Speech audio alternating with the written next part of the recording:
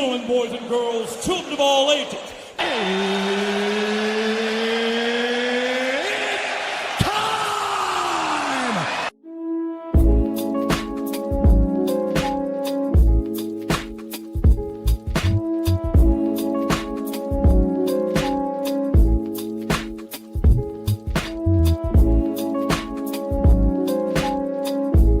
Hello there, everyone. Welcome back to another edition of the My 2 Cents podcast, presented by and hosted by G2. I am G2. This is episode 259 of the podcast, and I would like to ask every single one of you, how are you doing? I would hope that everyone had a lovely week, as now we are officially in the holiday week officially. Well, let's say for people that celebrate Christmas. For the people that are celebrating Hanukkah, I do know that Monday, tomorrow, will be the last day of Hanukkah, so I'm hoping that everyone of the Jewish faith did have a great Hanukkah season. I know it started off pretty rough from the incident that happened last weekend with the Australian shooting that happened there, but I'm hoping that that didn't put a heavy damper on the people that celebrate Hanukkah. Because again, I do know that people that are in the Jewish faith, they are kind of being attacked, especially with, again, the incident that happened last week. No one wants to go to an event where it's supposed to be happy, it's supposed to be the first day of that celebration, and then all hell basically breaks loose. Nobody expects that on their list. And again, I'm hoping that that incident doesn't carry out year after year. Hoping that just was one isolated incident, but we only can wish, right? But again, I do hope that the people of the Jewish faith did have a great Hanukkah.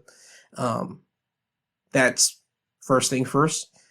Secondly, as I said, we are now rolling in holiday week, because now, as you know, Wednesday will be Christmas Eve. Thursday will be Christmas Day. And then after that, you have Kwanzaa to follow up. Literally right after that. I believe Kwanzaa is happening on a Friday. Literally, so day after day after day. I'm hoping that everybody enjoys themselves this holiday week as people are coming in. Just like Thanksgiving, people are driving, people are taking trains, people are taking airplanes to come to visit and be with their family members. If they're not already there now, people are doing that right now as I speak.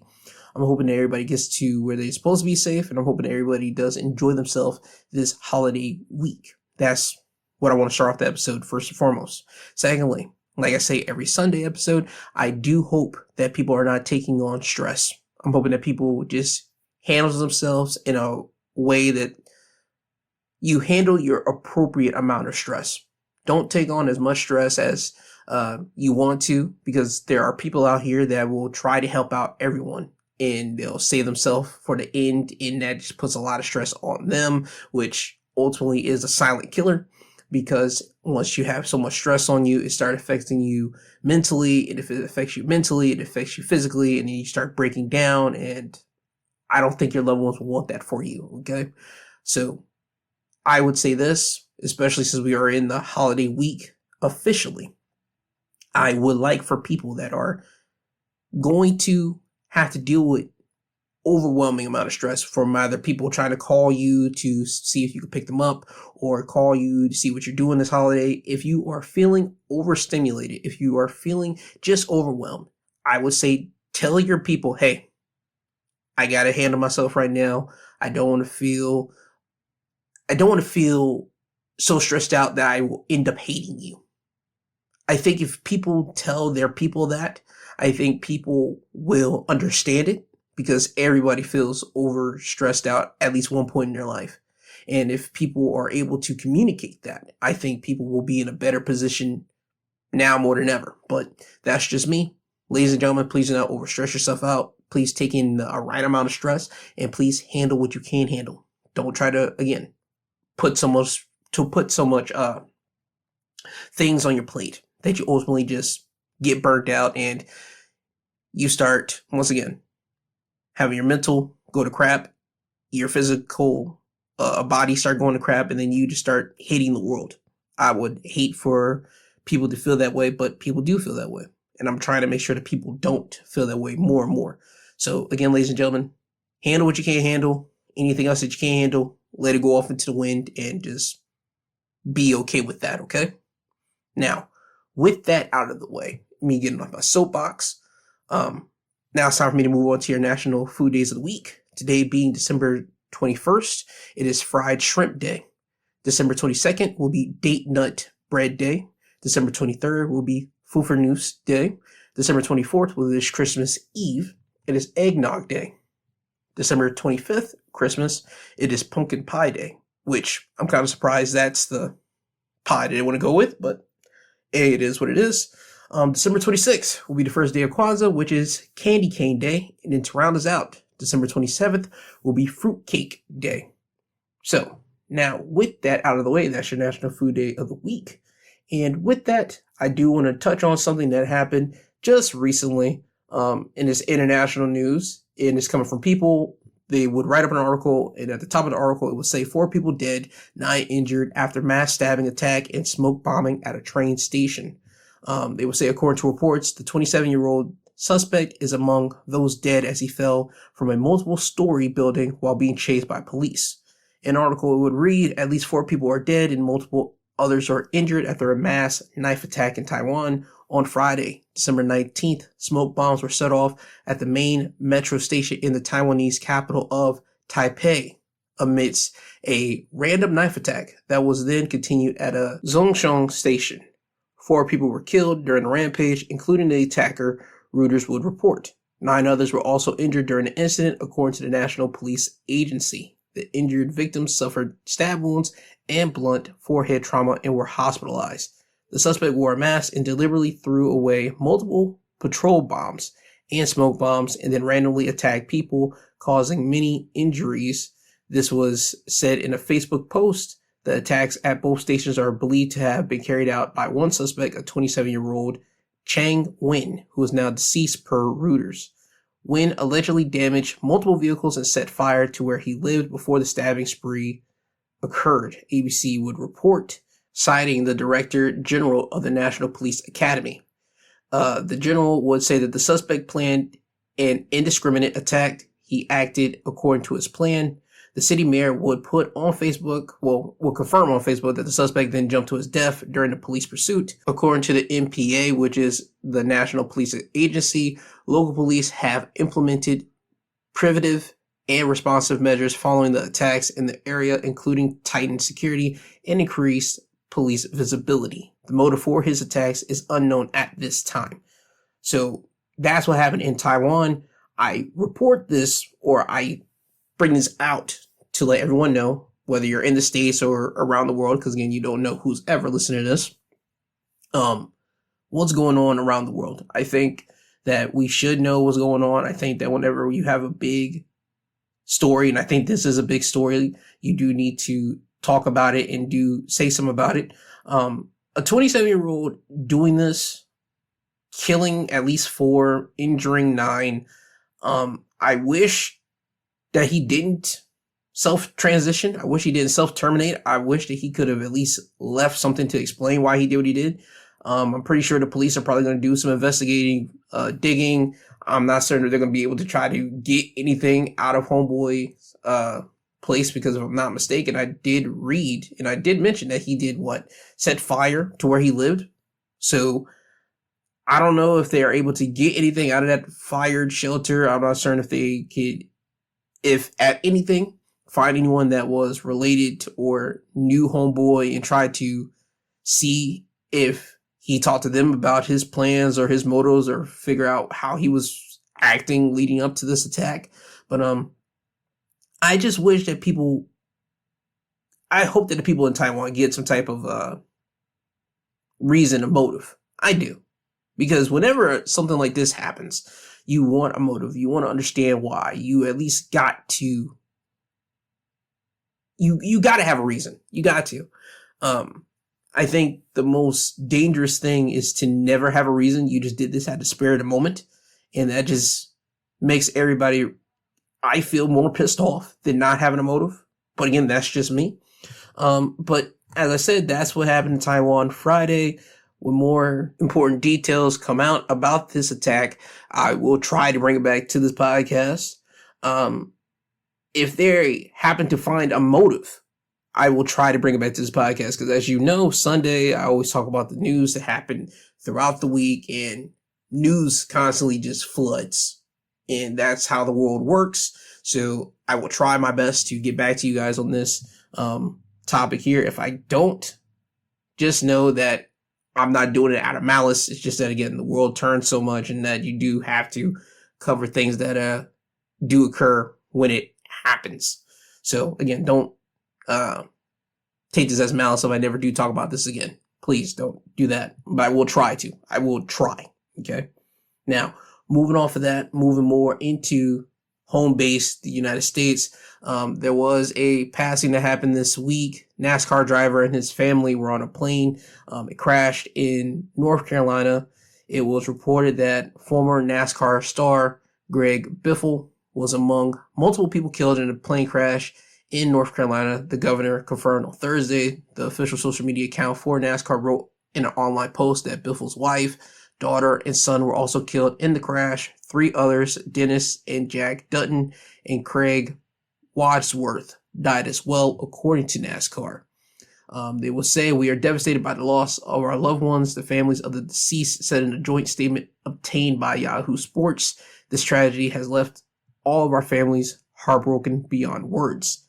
The airport said Thursday afternoon that the names of the deceased could not be released due to the post-crash fire, and their identification was pending confirmation from the medical examiner. And as you can tell, you know who the people were on that flight.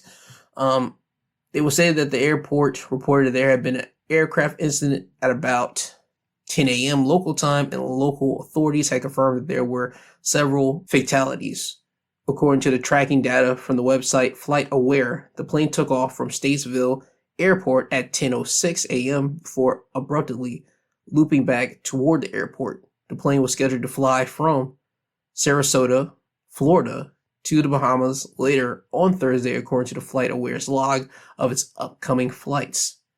It was said that Biffle was a licensed pilot who uses helicopter skills to help people in remote areas of the state who were affected by the severe flooding caused by Hurricane Helene last year. More people talked about how good he was. But yeah, man, this was something that was not on anybody's bingo card. I know, again, holiday time is upon us. People are, as I may mention, trying to go from one place to another. This just felt like to me that Biffle was about, I feel that he was just going to take his family on to a vacation. Because again, holiday time, you want to be with your family. And if you got the money, you'll probably travel to a island just to be somewhere that is warm instead of being somewhere that's cold. Because I know at least right now, the southern areas are getting some type of cold weather. And I'm not certain if North Carolina is getting snow, but I know, again, getting some type of cold weather. And certain people can handle the cold, certain people can't.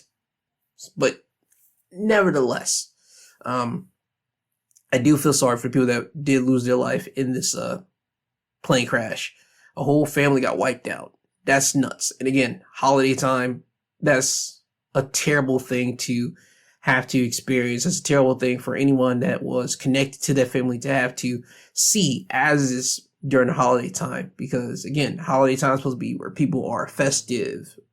People are supposed to just be trying to chill and just relax themselves because it's the end of the year. And again, you see people outside, outside. You see people having some houses light up, which I will say people are not having a lot of lighting around their homes that I'm used to.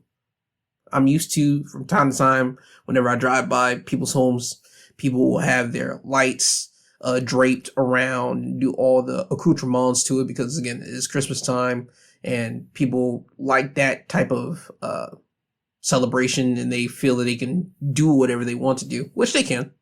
But I just don't see that this year. I see less of it this year. And it's probably because, again, money's tight for a lot of people. But I digress. It's holiday time, bro. You don't expect people to die during this time, but You never know when it's your time to go. And again, I do want to say a rest in peace to Greg Bufel and his family and the other people that were on the plane as well, because again, they also have family members that are out here that don't have them with them, and they're going to be going through the stages of grief. And again, holiday time, going through the stages of grief, that's a real devastating time to go through it. I think any other time of the year, I think going through the stages of grief will be hard, but just not as hard as it is the holiday time. Because again, everybody's happy, everybody's supposed to be joyous, there's supposed to be this, you know what it is when it's holiday time. I'm not going to try to say it. Everybody gets my point. And for people that lose loved ones during the holiday time, it's just always so somber, and it's always so like, why now instead of like any other point in time? Why now on the holidays? But again, man, I want everybody to please be safe out there. I want everyone to be please check up on your loved ones. Please do that. Which sadly, I do have to say this: if you happen to be a YouTube I'll say more of a electronic reviewer, or you watch those electronic reviewers do stuff on YouTube, that community, they lost someone.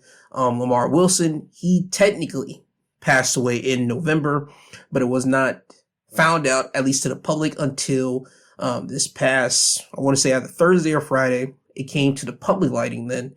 It came out that he apparently took his life, self-transitioned in November.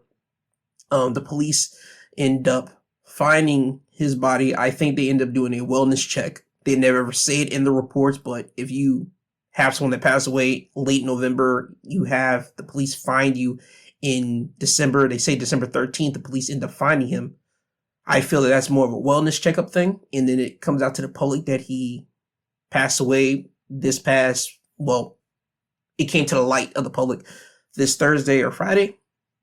Again, people are going through things during the holiday times. Lamar Wilson passed away during the time of Thanksgiving, at least it was approaching then.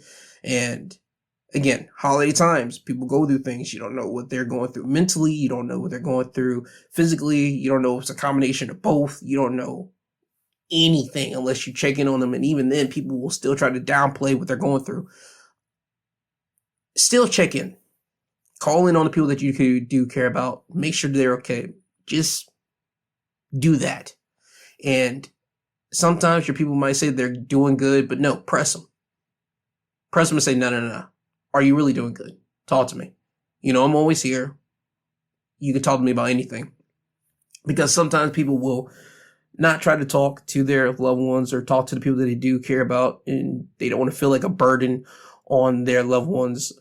Ladies and gentlemen, I'm telling you this from personal experience. Tell your people what's going on. Tell your people how you are feeling. Tell your people this instead of holding it in. Because if you hold it in, your mental will go bad, your physicality will go bad.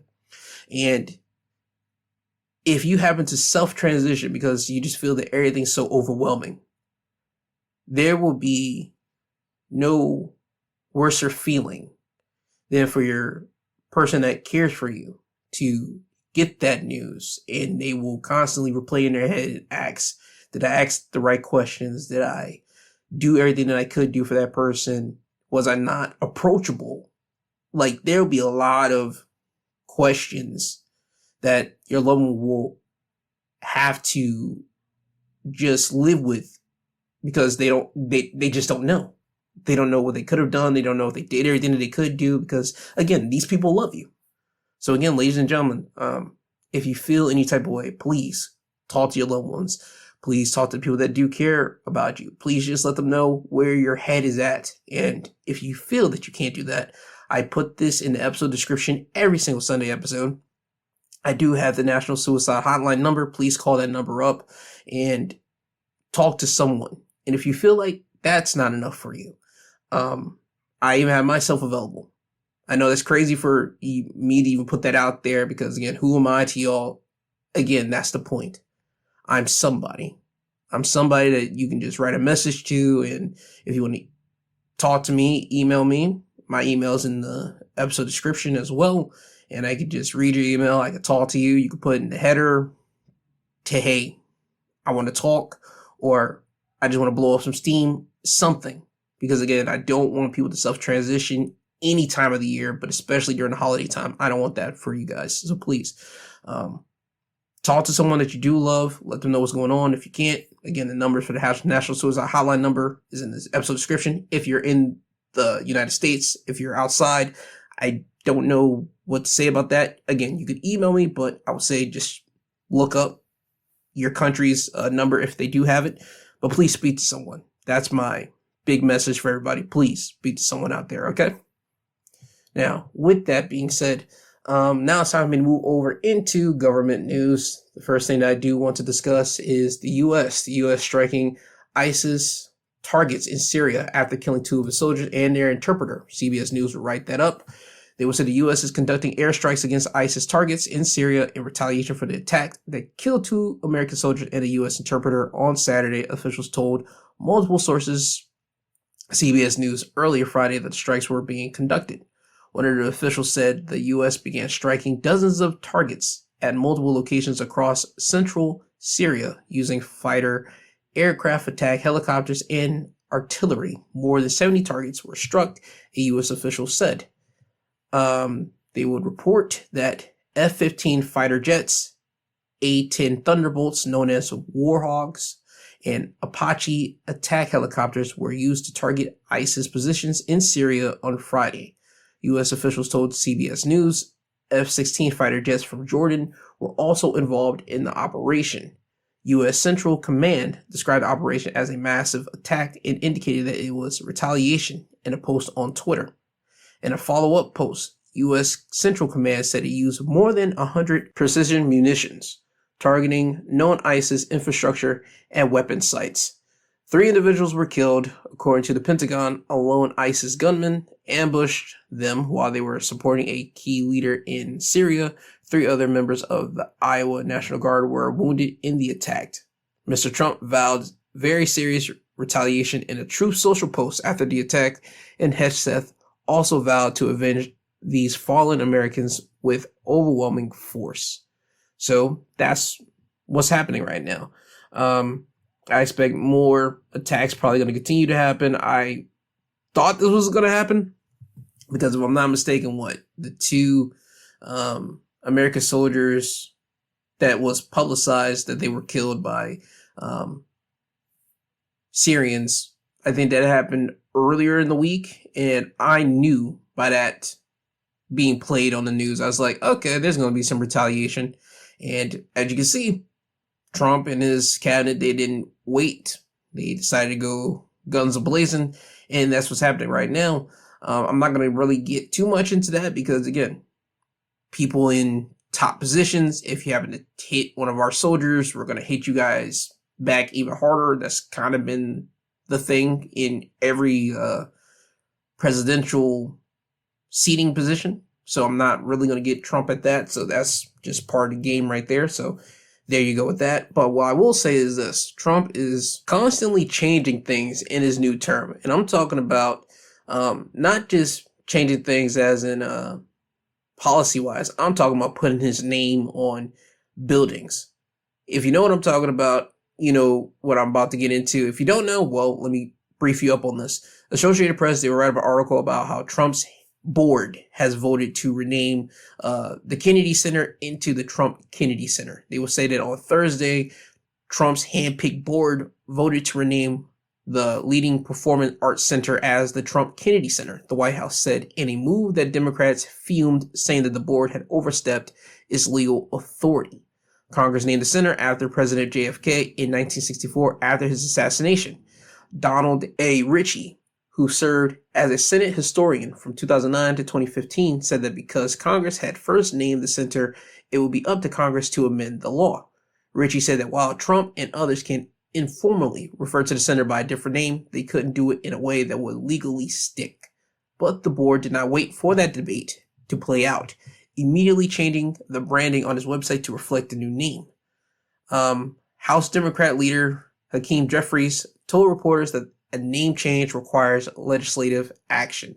Only Congress can rename the Kennedy Center to the New York Democrat, who serves on the board as an ex officio member because of his position in Congress. So there you go, right there. They're already trying to rename the name.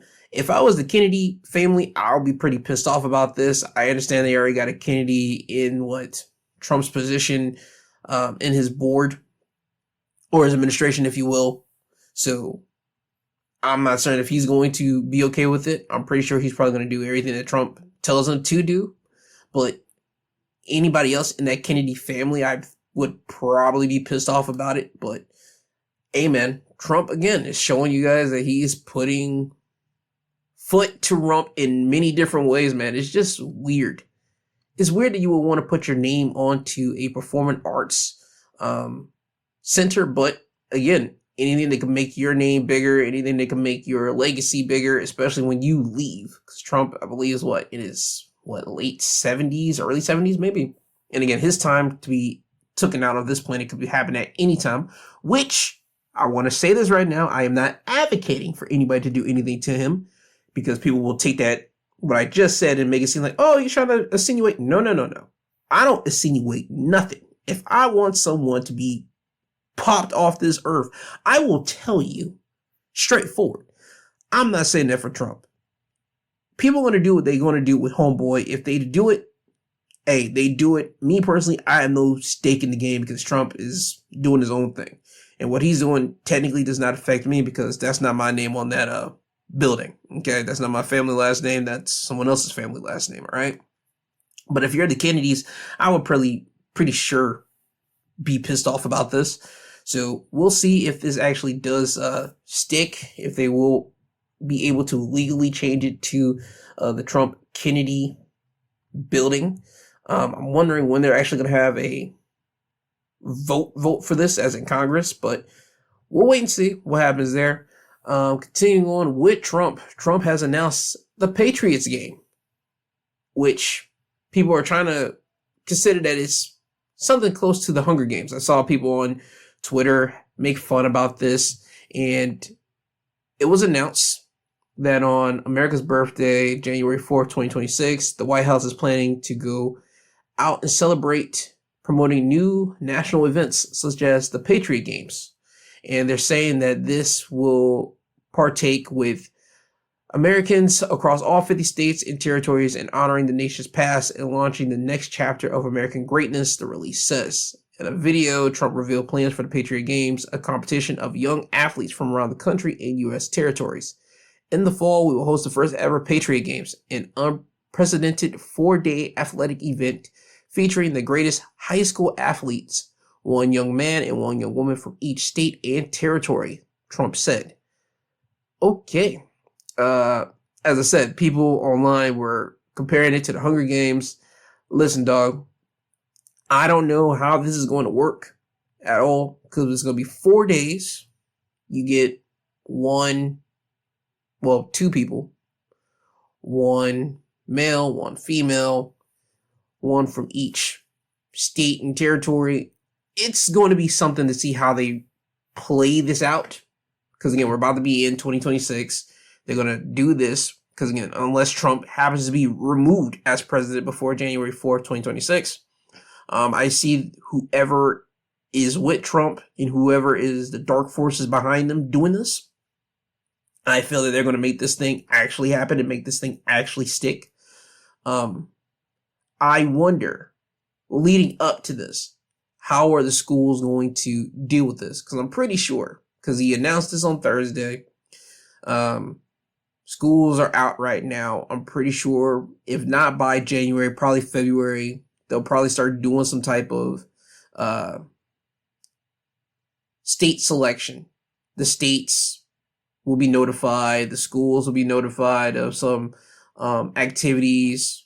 And they'll probably start doing that by eliminating the prospects from each schools. And that's how I think it's probably going to happen. Again, it's just so weird, bro.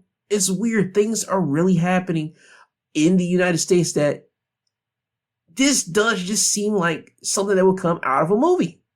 again, I wasn't the biggest Hunger Game reader or person that watched the movies. I know I saw the first movie like in one of my classrooms in high school. I believe it was like my senior year, because I went to school for only 3 years. I graduated a year early. I remember seeing the Hunger Games in one of my classes, and I was like, that's a crazy kind of concept there. And I just don't know. I don't know. I'm pretty sure people are going to be fascinated by the idea.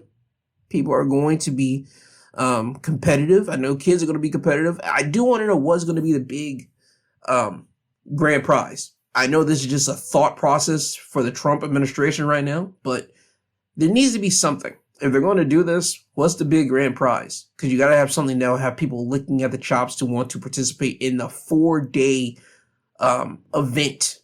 So, again, right now it's just a thought process, but I am at least, I'm not going to say apprehensive, but I am at least curious about this event. I am.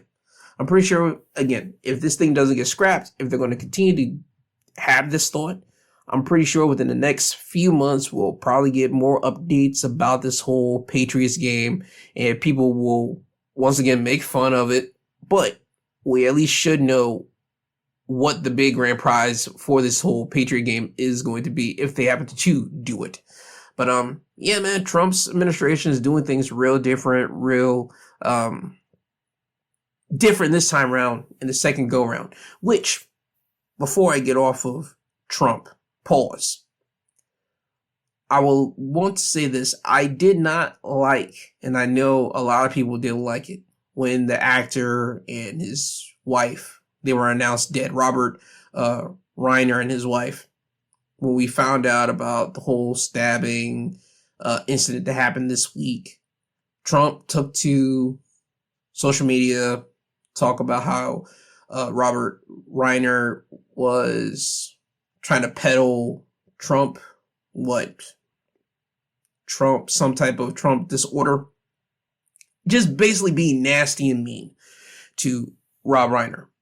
And people everywhere, people on the Democrats, people even in the Republican Party, even on people on Fox News, they weren't too happy with Trump tweeting that out, or someone in his administration putting that out there. Which I'm happy that the Republican Party did get off their knees and did say something there, because a person died and it had nothing to do with political stance about his death and him and his wife's death. It had nothing to do with that.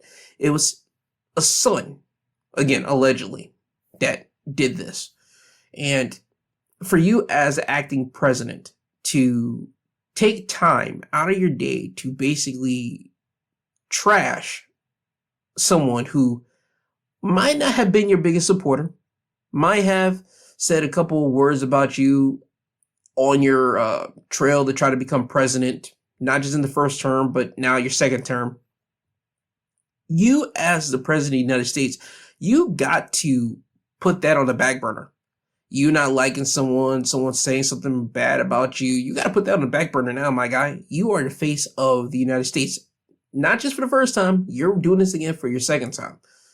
And you would think that would not be the appropriate time to say something about someone, especially with the seat that you're in.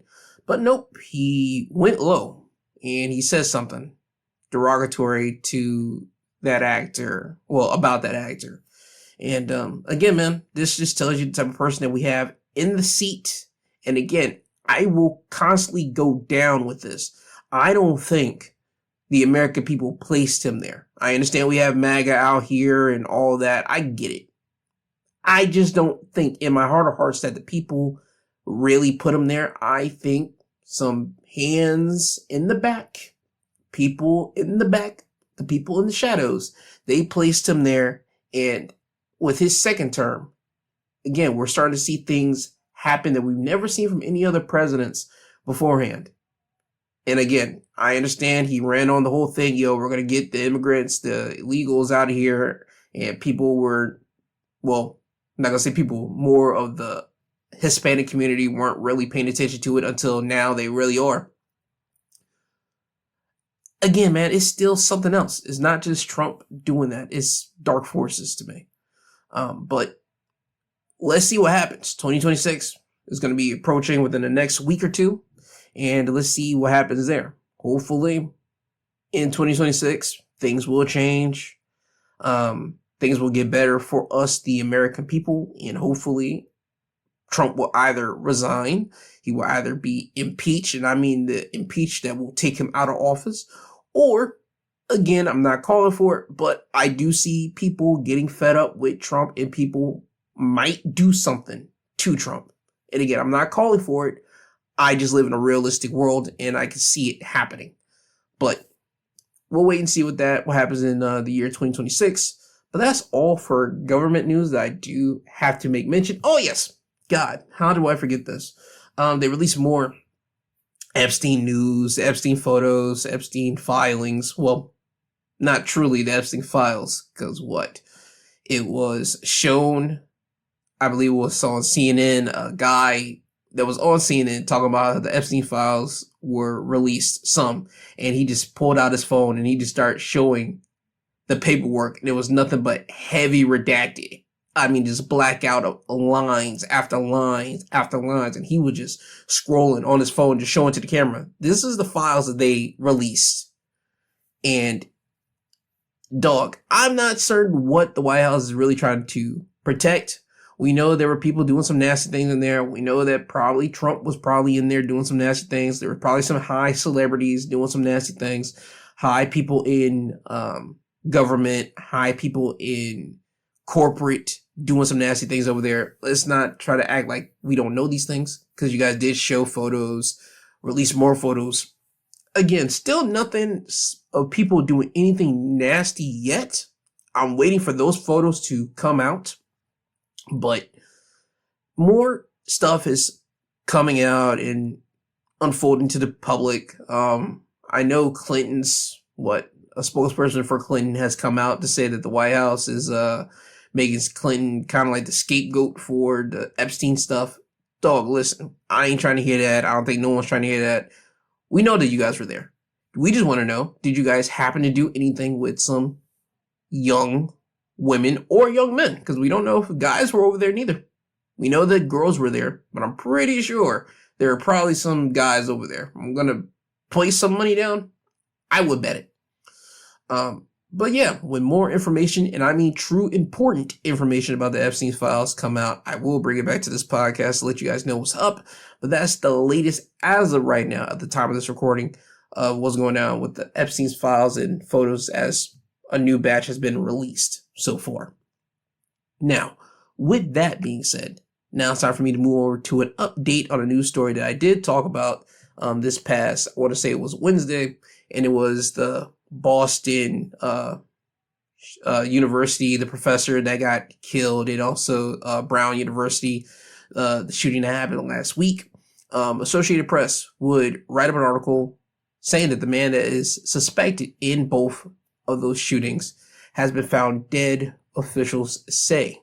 They would say the frantic search for the suspect in last week's mass shooting at Brown University ended Thursday at a New Hampshire storage facility where authorities discovered the man inside and then revealed he was also suspected for killing a Massachusetts Institute of Technology professor.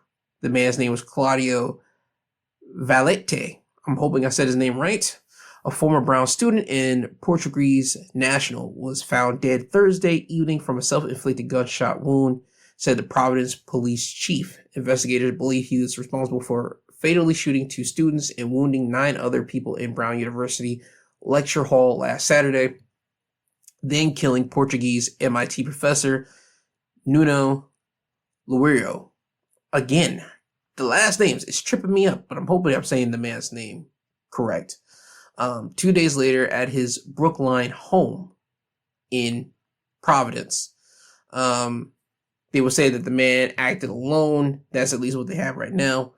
So they're saying that the suspected gunman was enrolled as a graduate student studying physics from the fall of 2000 to the spring of 2001 in Brown University. He has no current affiliation with the university, the president would say. It would say that the suspected shooter and an MIT professor previously attended the same academic program at the university in Portugal between 1995 and 2000. So they're trying to say that they had some type of relationship, maybe. Again, no one ever truly knows. That's just what they have in the timeline for that. But yeah, all in all, they think they got the guy that did the shooting in Brown University and killed the professor from MIT. Again, I would love for there to be a motive, man. As of right now, they have no technical motive for why he did what he did at the time. Again, I don't know what's going on, bro. I don't know why this occasion happened last week. How do I put this? And how do I say this in such a delicate way? When you do something like this, when you do something of attacking college students, going to a college, doing a shooting, or going to a professor's home and shooting them, or doing anything just heinous, you gotta have a motive. And just like I talked about with the Taiwan person earlier in the episode, now with this, you got to at least leave some type of motive, man. You can't just go out of this world and be like, okay, I did what I did, and just like, bow, that's it. No, you got to leave something. I remember when people would do heinous stuff and they would leave, and certain people still do it now. I'm not certain they do it as much as frequent, but there was a time where people would do some heinous stuff and they would leave some type of notebook, some type of letter to explain why they did what they did. And I just don't think that's a more common thing now. And again, I'm not hoping for people to do nasty things out here. Please don't take what I'm saying as that. But people aren't really doing and leaving notes, messages, anything to tell the world why they did what they did. Because at least if you do that, you at least can, I'm not going to say gain any type of sympathy, but there will at least be a couple people will try to say, well, that was in their brain why they did what they did, so they can at least kind of put the puzzle pieces together. At least say, well, we have a motive, and that's the reason why, so okay, they did that. They were still in the wrong, but I can see where and why they might have did it. You always will have those people out there in the world. Me, I'm the type of person that I want to know why. You do something heinous, you do something nasty, you do something like this, especially with college students. Matter of fact, not just college students, any type of students. People do school shootings, people do college shootings, people that try to go into office buildings and just do nasty and heinous things, try to take people out. There needs to be motives for why you're doing it. There needs to be a reason why. There needs to be some type of left information for the rest of the world to at least know the reason why. And right now, from my understanding, they don't have a motive for why this guy did what he did. And again, it's only, suspected that this was the guy. The police could probably look into it some more. They could be wrong. They could be right. I'm hoping that they look more in and see if this was the guy or not. But as of right now, they think this is the guy. And as of right now, they don't know the reason why he did what he did. But again, still saying prayers to the people that were affected from these shootings that happened last week. Not only in Australia, but as I said, Brown University, and the people that were affected by the MIT professor that lost his life as well. Again, I'm hoping that you guys go through the stages of grief, and I'm hoping that they do find a reason for why, a motive. You know what I mean? So with that, that's the first update that I do want to talk about. The next update is the son of the actor, director, Rob Reiner. It said that Nick Reiner has been or was diagnosed with schizophrenia before allegedly murdering his parents. Rolling Stones would write up an article about it. They would say that Nick Reiner has been diagnosed with schizophrenia before he allegedly stabbed his parents to death in a shocking double homicide inside the family's Los Angeles home. December 14th, coroners confirmed that Rob Reiner and his wife died from multiple sharp force injuries. Nick has been charged with 2 counts of first-degree murder, with prosecutors identifying the alleged murder weapon as a knife. TMZ, who I call the Rats, were first to report that Nick's schizophrenia diagnosis. Sources reportedly told the outlet that Nick had been receiving treatment at a Los Angeles center specializing in mental illness and substance abuse. A recent change in Nick's medication had been causing erratic and dangerous behavior that his doctors were trying to get under control, the sources reportedly said. On Tuesday, Los Angeles County DA said the felony charges included the special circumstances of multiple murders with a deadly weapon, making Nick eligible for the death penalty if tried and convicted as charged. Okay, I'm going to say this right now. I don't think he's getting death penalty. I think he'll still be found guilty of these murders if this thing happens to go to trial. If Nick's lawyer tells him, hey, just plead guilty, and we'll see if we can get you some type of lesser charge and take death penalty off, then that'll probably be the case for him, and he'll probably just spend the rest of his life in jail. Well, not jail, but prison. I think that might be the way, but I don't think he's getting death penalty. I don't think that at all. I think the diagnosis of him being schizophrenic, I think that will play into his case, where his lawyer is going to try to go to the DA, and if this thing does go to trial, he'll try to make it and tell the people that my client was schizophrenic, and he's also been going in and out of rehab, in and out of facilities that have been dealing with not only mental illness, but also dealing with drug addiction, because it was reported and said that Nick was dealing with substance abuse, and he's been dealing with mental illness for a good portion of his life, and that his mother and father did know, right? So they can get the jury to at least say that the parents did know, not say that the parents deserved it. Please don't take what I'm saying as that, but the parents knew about it, and that with them knowing, maybe something like this could have happened to them, and they could have just been because of Nick's schizophrenia taking control instead of Nick being the driving force for this. You know what I mean?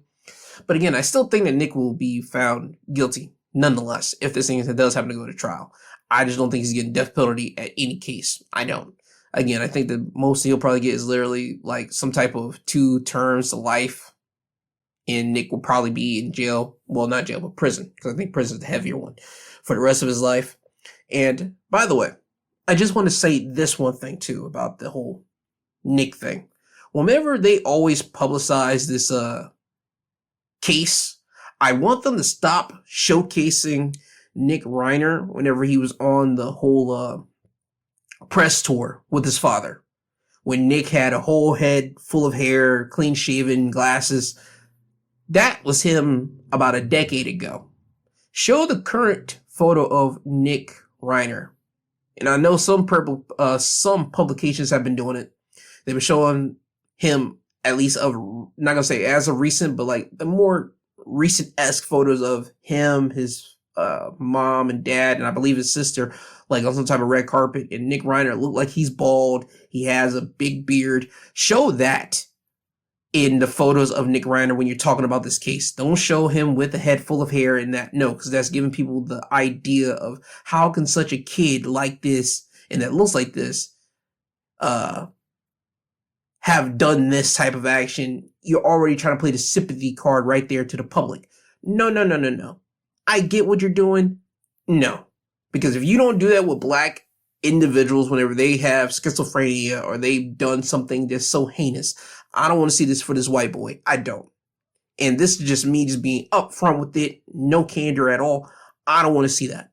Because we've already got a disproportion of situations in the exact same type of case. Because I want to show you something, or at least tell you about this right here. The son of the opera singer, Jubilant Sykes, Micah Sykes, he has been accused of fatally stabbing his father. I talked about this on not this past week's episode of Midweek Breakdown, but last week when this thing occurred on that Monday that happened previously. I talked about it. I got the update for it. He was in court last week, but I didn't know about that until doing more research about it. He was in court. You see photos of him in court. His hair's all whacked out. You don't see any photos of him in the public looking, I'm not going to say of past, but like of presentable. You see, again, just a photo of him in court.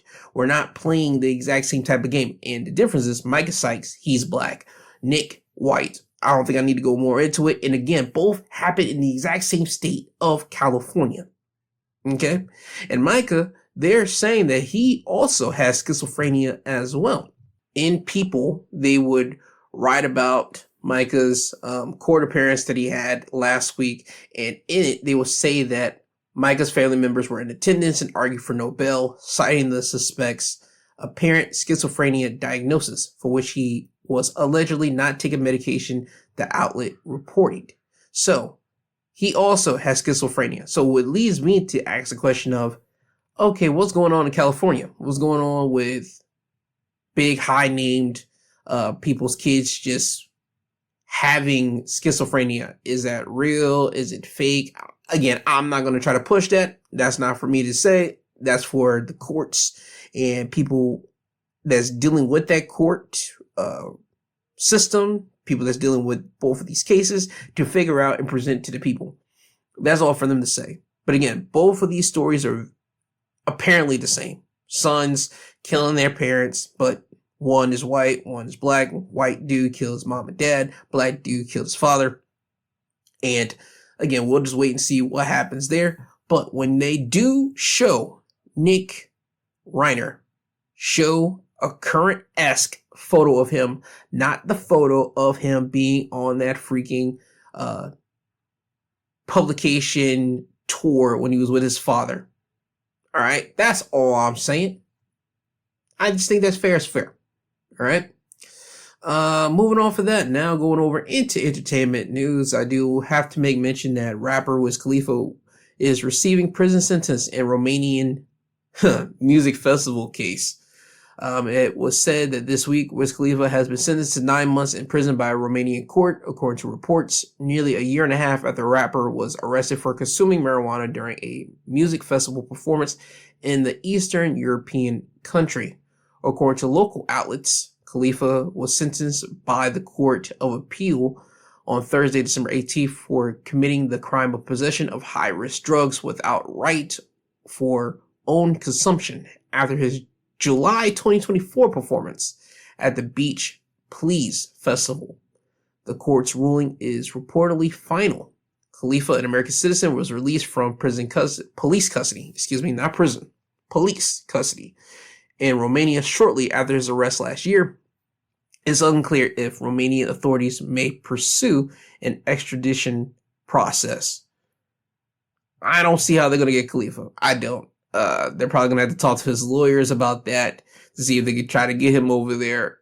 I would just think they need to just chalk it up and just say that, yo, we put a ban on Wiz Khalifa. He can't come back here and perform.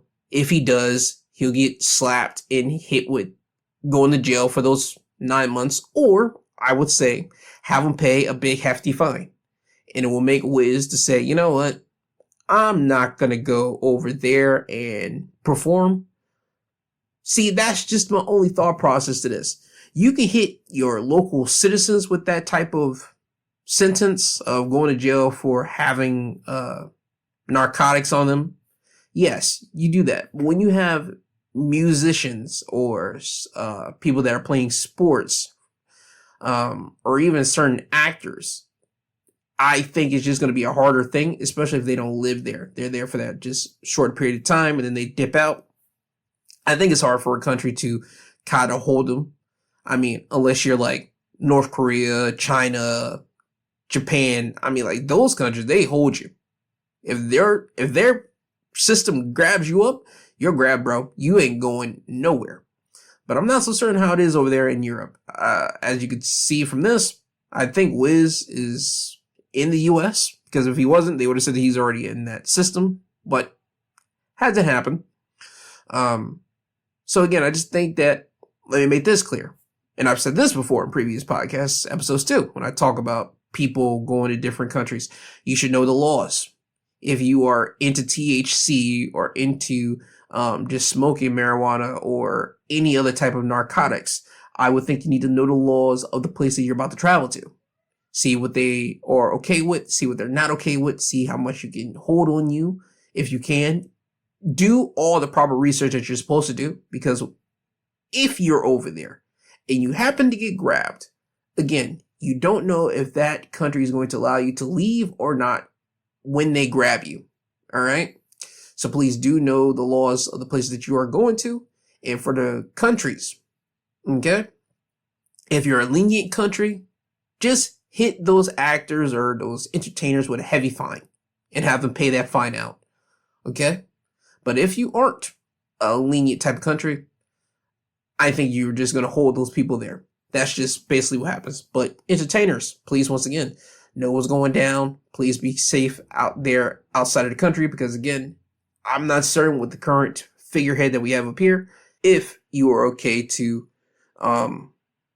be over in a different country if you happen to get caught and nabbed up. I'm not certain if he's going to kind of like trade you out. I mean, he might, but we'll wait and see. But again, please, entertainers, know where you're going, know the laws of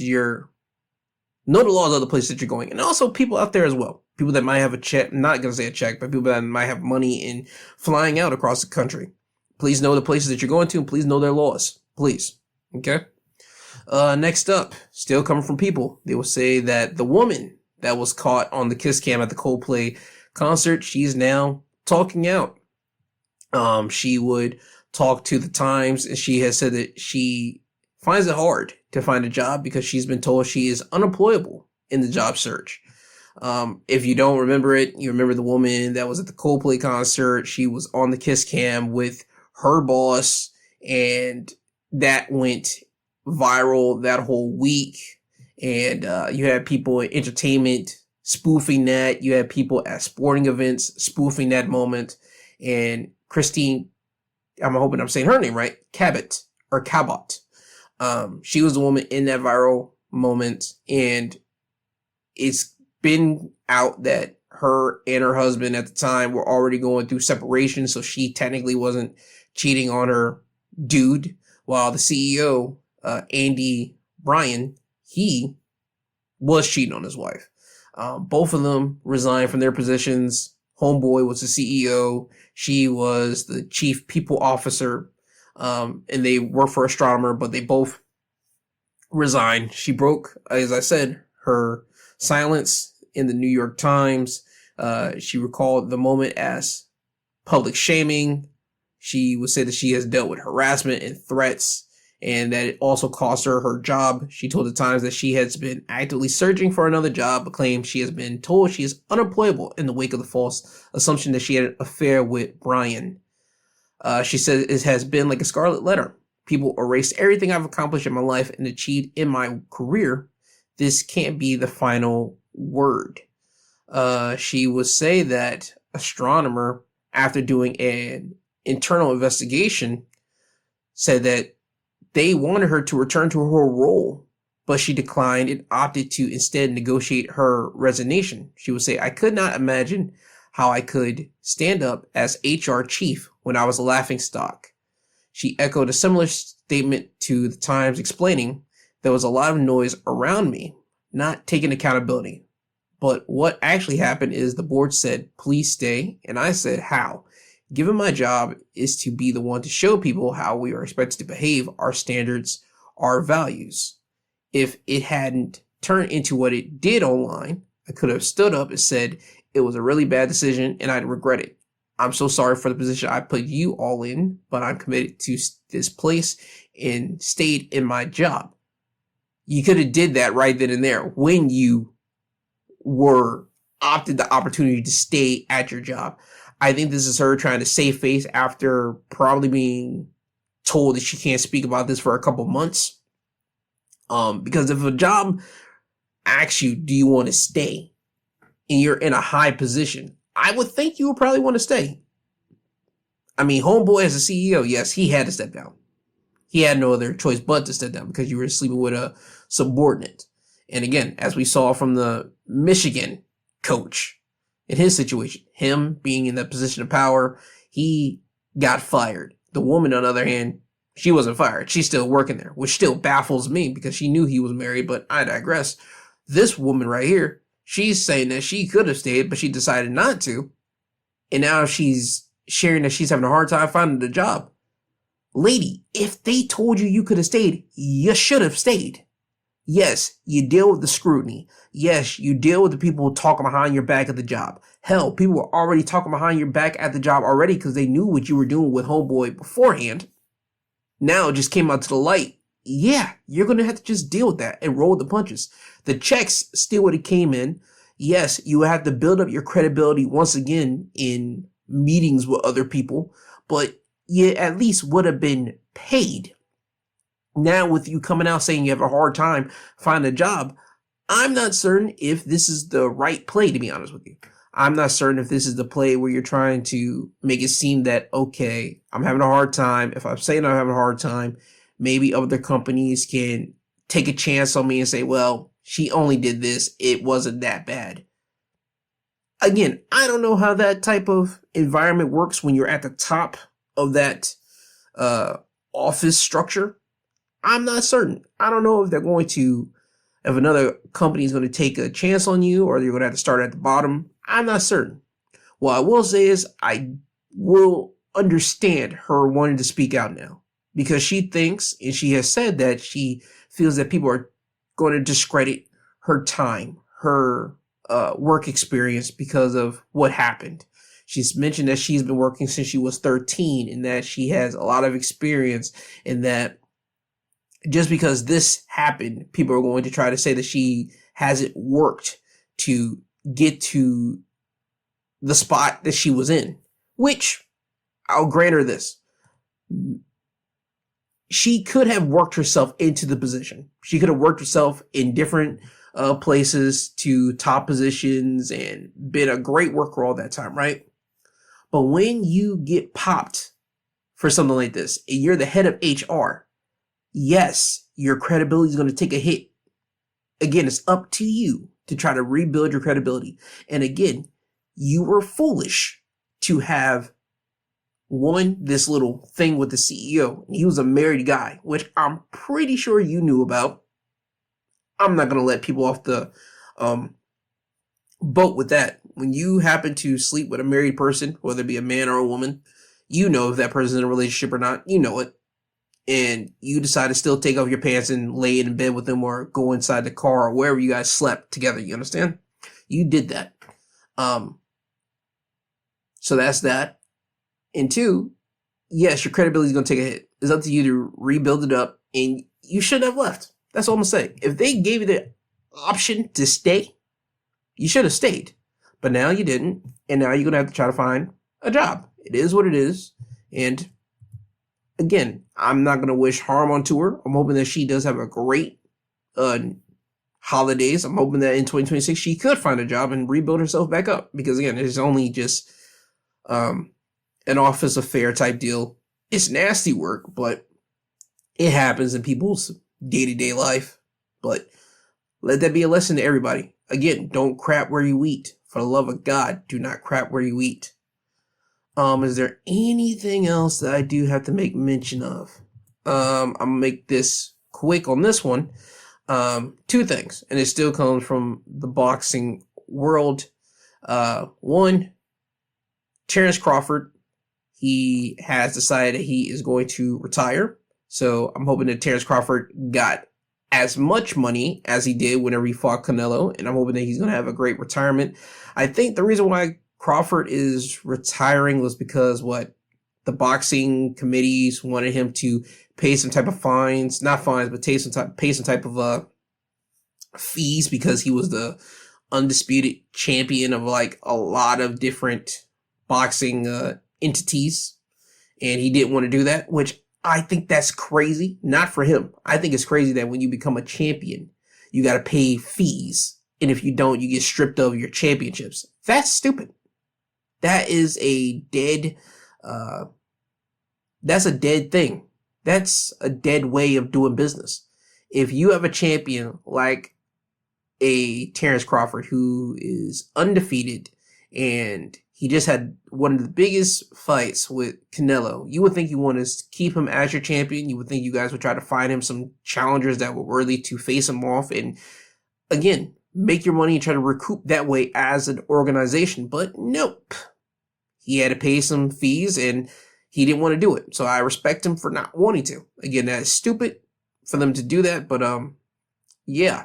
Congratulations to Terence Crawford. If he does decide to pop out to box, I'm hoping there's just nothing but exhibition boxing matches, and I hope that he still makes a lot more money in those ways. And speaking of money, anyone that betted on Anthony Joshua, they got paid. And I'm hoping that a lot of people did bet on Anthony Joshua, because I don't see how you guys thought that Jake Paul was going to beat Anthony Joshua. They had a boxing match this past Friday. Anthony Joshua beat Jake Paul. I saw highlights of it. And again, when you look at Jake Paul, you look at Anthony Joshua, I just want to put this into perspective for everyone. Anthony Joshua is taller than Jake Paul. That's one. And two, Anthony Joshua is heavier than Jake Paul. Anthony Joshua fights in heavyweights. If anything, I think Jake Paul could probably fight at anything, probably light heavyweights, maybe. He dang for sure could not fight in no heavyweight stuff. So for him to even take that fight against Joshua, I think that was just a money type deal, which, hey, again, Jake Paul, Logan Paul, the Paul boys, they know how to make money. I will give them that. I'm not going to take nothing away from them in that retrospect.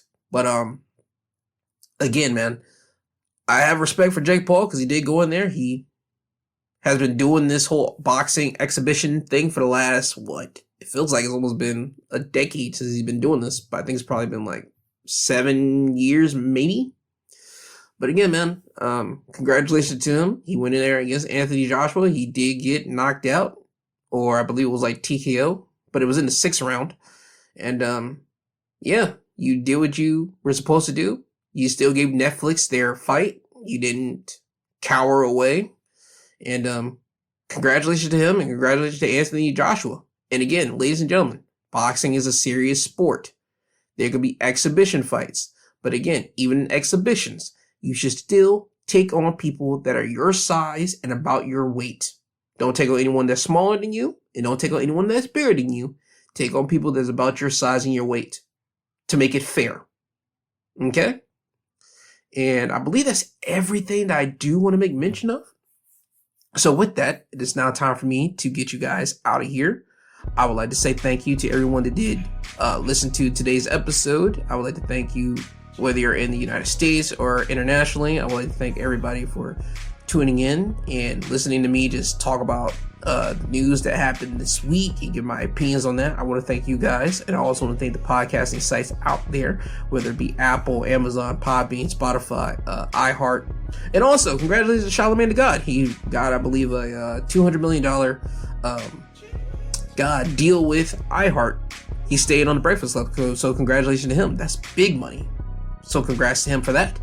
But yeah, to all those podcasting sites that have me on, because without them, I want to be able to get this podcast out to the downloaders and listeners. So I want to thank you guys, the podcasting sites. But again, thank you guys, the downloaders and listeners, because without you guys, I'll just be one guy talking into a mic, into a void. And again, you guys could be listening to anything else in the world. You could be listening to a different podcast, listening to different news sources, literally anything else, but you decide to listen to me. And I appreciate that so very much. So with that being said, always remember, I love you, I love you, I love you. I love you, I love you, I love you. That is not a gimmick. I do appreciate and love every single one of you guys. I want everyone to be well. I want everyone to be blessed, as again, this is holiday week. And again, tomorrow's the last day of Hanukkah for the Jewish community. Please be careful. Please be safe as you guys close out Hanukkah. And for people that celebrate Christmas, I hope you guys do enjoy your Christmas holiday week. Christmas Eve this Wednesday, Christmas this Thursday, which, by the way, Christmas Eve, you still be getting a midweek breakdown episode out of me. And Thursday, for the wrestling heads, you'll still be getting a wrestling episode out of me on Christmas Day. So expect that. And people on Hanukkah on Friday, I hope you guys enjoyed the first day of your Hanukkah experience, and you know the rest of the deal. So again, with that being said, I want everyone to have a great rest of your day, great rest of your week. You'll hear from me again, whether it be on Wednesday, my Thursday episode, my Saturday episode, or my next Sunday episode. You'll hear from me again very soon. And with that, this has been your My Two Cents podcast, presented by and hosted by G2. He is I and I am him. This isn't goodbye. This is until you hear from the sweet sounding voice again. And with that being said, Kanye, can you please take these people home? I'm tired, you tired, Jesus wept.